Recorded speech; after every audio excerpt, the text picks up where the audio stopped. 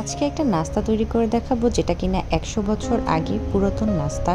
ফরাসিরা এই নাস্তাটা তৈরি করত 100 বছর আগে।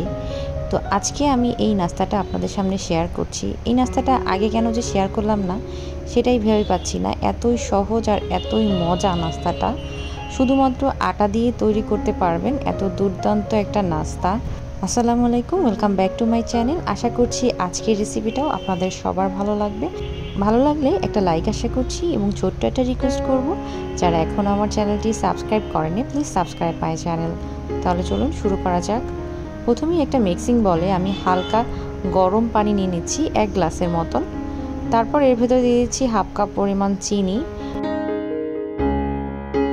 চিনিটাকে একটু মিশিয়ে নিচ্ছে। মেশানো হয়ে গেলে এর ভেতরে দিয়ে দিচ্ছি হাফ টেবিল চামচ পরিমাণ অ্যাক্টিভ ড্রাই ইস্ট। আপনাদের হাতের কাছে যদি এটা না থাকে তাহলে আপনারা দুটি উপকরণে ইস্ট তৈরি করতে পারবেন। সেটার রেসিপি আমার চ্যানেলে দেওয়া আছে, দুটো ভিডিও দেওয়া আছে, আপনারা দুটো ভিডিও ফলো করেই রেসিপিটা ট্রাই করবেন। তো সবগুলো উপকরণ মিশিয়ে এটাকে আমি 5 মিনিটের জন্য রেস্টে রেখে দিয়েছিলাম। এরই মাঝে ইস্টটা কিন্তু অ্যাক্টিভেট হয়ে গিয়েছে। তারপর এর ভেতরে দিয়ে দিচ্ছি 3 কাপের মতন আটা। আমি এখানে আটা ব্যবহার করছি কারণ সবার বাসায় কিন্তু আটাটা সচরাচর থাকে। আপনারা আটার পরিবর্তে ময়দা ব্যবহার করতে পারবেন, কোনো সমস্যা নেই। আমি 3 কাপ আটা দিয়েছি, তারপর আবারও 1 কাপ আটা দিয়ে খুব ভালোভাবে ডোটাকে মুথে নিয়েছি। 2 টেবিল পরিমাণ সয়াবিন তেল দিয়ে খুব ভালোভাবে মিশিয়ে এটাকে আমি 40 মিনিটের মতন রেস্টে রেখে দিচ্ছি কোনো গরম স্থানে। আমি এর ওপর দিয়ে একটু র্যাপ করে দিচ্ছি যাতে তাড়াতাড়ি এটা অ্যাক্টিভেট হবে।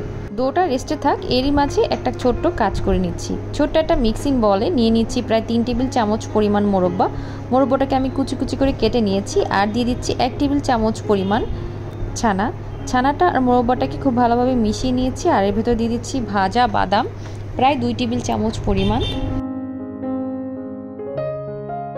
কিশমিশ দিয়ে দিচ্ছি প্রায় 2 টেবিল চামচ পরিমাণ। তারপর সবগুলো উপকরণ খুব ভালোভাবে মিশিয়ে নিচ্ছি। আপনারা চাইলে এখানে ড্রাই ফ্রুটসের পরিবর্তে ঝাল আইটেমও ব্যবহার করতে পারেন। আপনারা চাইলে এখানে পটেটো ম্যাশও ব্যবহার করতে পারেন, আবার চাইলে চিকেনের পোড়ও ব্যবহার করতে পারেন। আর আমি যেহেতু অনেক পুরনো একটা রেসিপি ফলো করছি, সেই রেসিপি অনুযায়ী এটা তৈরি করার চেষ্টা করছি। 1 টেবিল চামচ পরিমাণ চিনি ব্যবহার করছি, এটা অপশনাল, আপনারা চাইলে স্কিপ করতে পারবেন। তারপর ভালোভাবে মিশিয়ে এটাকে রেখে দিচ্ছি। এরই মাঝে কিন্তু আমাদের ডোটা ফুলে প্রায় ডাবল হয়ে গিয়েছে। এখন এই ডোটাকে কয়েকটা টুকরো করে নেব। ডোটাকে আমি 4 টুকরো করে নিয়েছি আর 4 টুকরো 2 টুকরো দিয়ে আজকের নাস্তাটা তৈরি করে দেখাচ্ছি। প্রথমেই ডোটাকে আমি রাউন্ড শেপ করে বেল নিয়েছি। পুরুত্বটা আপনারা দেখে হয়তোবা বুঝতে পারছেন। তারপর একটা পিৎজা কাটার দিয়ে এভাবে কেটে নিচ্ছি। আসলে এটা বলে বোঝানোর কিছু নেই, আপনারা একটু লক্ষ্য করলেই বুঝতে পারবেন।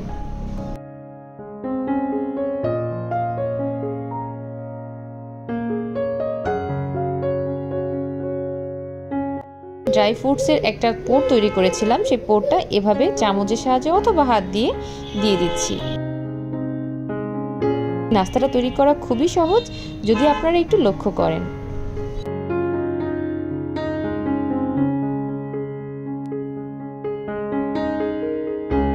বাসায় অবশ্যই এটা ট্রাই করবেন। আমি তো বলবো আমার থেকেও আপনাদেরটা বেশি সুন্দর হবে। আর কেমন হয়েছে সেটা কিন্তু কমেন্ট করে জানাতে কিন্তু ভুলবেন না। এভাবে জাস্ট রোল করে নিলেই কিন্তু নাস্তার শেপটা দারুণ আসবে। কত সুন্দর এসেছে নাস্তার শেপটা। এভাবে আমি প্রত্যেকটা নাস্তা তৈরি করে নিচ্ছি।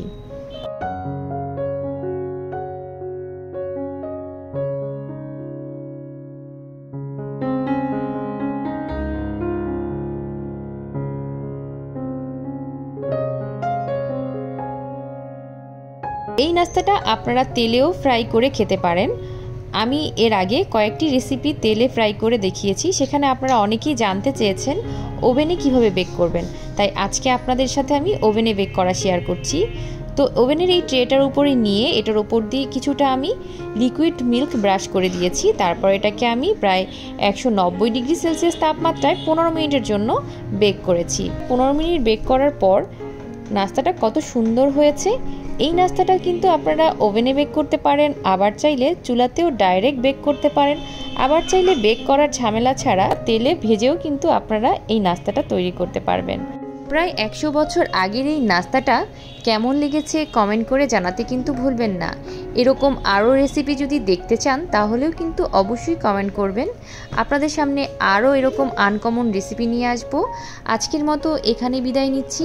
যাওয়ার আগে ছোট্ট রিকোয়েস্ট করব, প্লিজ সাবস্ক্রাইব মাই চ্যানেল। সবাই ভালো থাকবেন, সুস্থ থাকবেন, আমাদের জন্য দোয়া করবেন।